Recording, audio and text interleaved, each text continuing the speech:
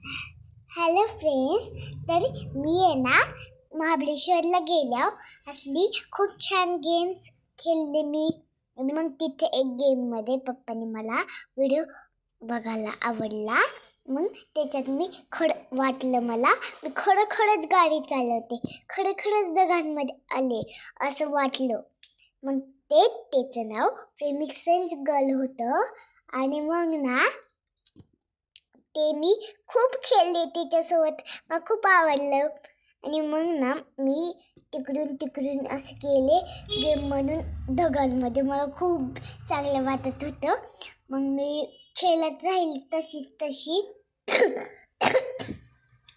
मग त्या गेममध्ये एक स्टाईल आला.